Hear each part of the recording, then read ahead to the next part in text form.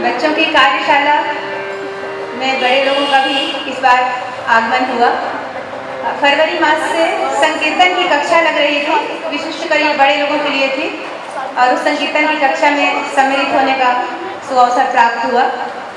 संकीर्तन कक्षा के साथ ये जो ग्रीष्मकालीन कार्यशाला थी, वर्ष भर व्यस्तता के बाद थोड़ा समय जो मिला, उसमें श्रुति संगीतालय परिवार का अंग बनने का सौभाग्य मिला।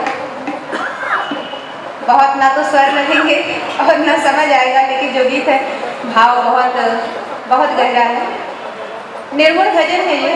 निर्गुण भजन मतलब अर्थात इसका होता है ईश्वर की निराकार रूप की आराधना करना। सूफीज्म से संबंधित है, सूफीवाद से संबंधित है।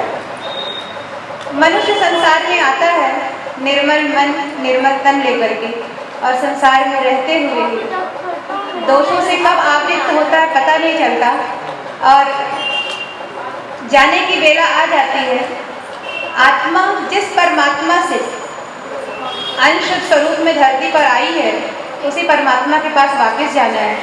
लेकिन जब हम धरती पर जिस स्वरूप में भेजे गए हैं, परमात्मा हमें उसी स्वरूप में स्वीकार करेंगे, और यदि हमारा वो स्वरूप ना रहा तो प्रश्न तो पूछे जाएंगे, और वो प्रश्न कहीं ना कहीं अंतस को भेदेगा।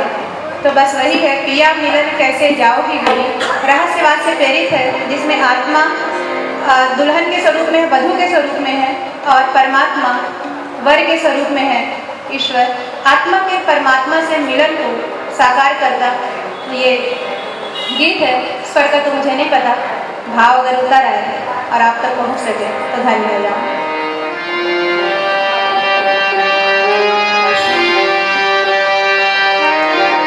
इसमें मेरे साथ आदित्य साथ देंगे, और हारमोनियम में सुचिता है, और तबले में निर्दोष है। सौभाग्य ऐसा है कि सुचिता और निर्दोष दोनों मेरे विद्यार्थी भी रह चुके हैं विद्यालयीन जीवन में, तो सब बच्चों के साथ में बड़ों की उपस्थिति जैसी भी है।